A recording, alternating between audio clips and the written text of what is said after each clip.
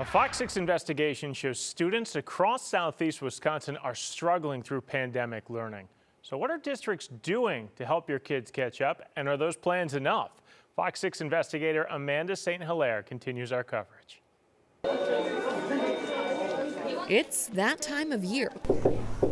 Daydreams about a nice long break from the classroom. Because that's a lot right there. At least that's how it was before the pandemic. Sounds good. Now, It's good to work through the challenge, Nola. students dream about returning to normal. Do all of you have this testimony? Parents dream about getting their kids back on track. The truth is, I think he will be lost. And educators work to make sure fall is not a rude awakening. There's a lot on teachers' shoulders right now.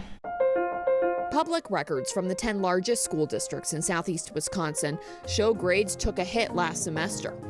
But even though more schools are bringing back in-person learning, We're really far behind in every class. He really lost a lot of his academic knowledge that he once had. catching students up will be a much longer process. It's not like flipping a switch. So what are school districts planning? We're trying to get some answers for families here. Wauwatosa's board president and superintendent won't answer questions on camera, saying you'll need to wait until May to find out how they'll help struggling students.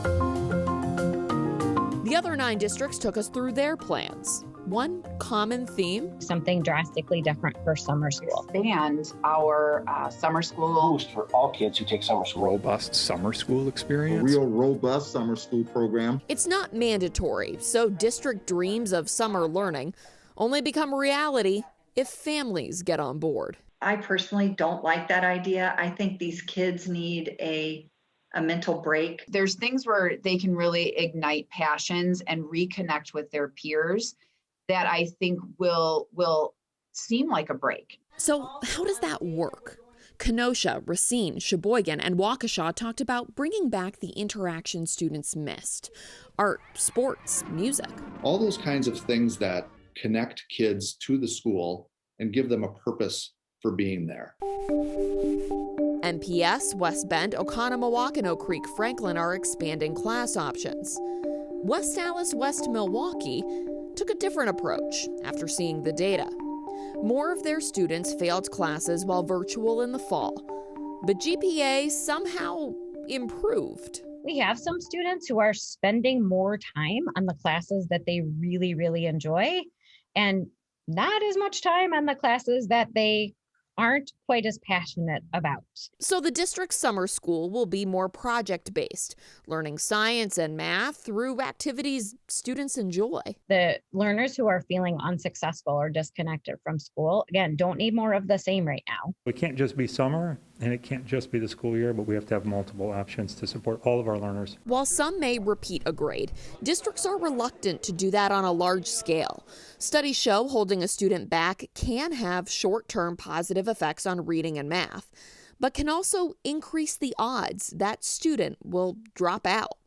Instead, districts say fall will bring more assessments, one-on-one help, mental health support, and weaving in old material while teaching the new. And so still keeping high expectations and pushing students to where they need to be by the end of the school year with constant reteaching and support.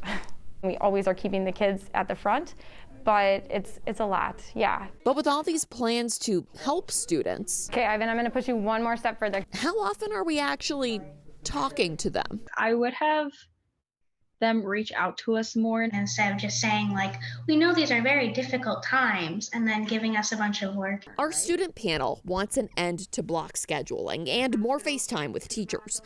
But mostly, they just want to feel heard. With more student input, we could definitely change how we do things or how we're doing things now to make it better for our education. In the meantime, The frustration was setting in, that's okay. they can't help but dream of the day they'll be looking ahead instead of trying to catch up.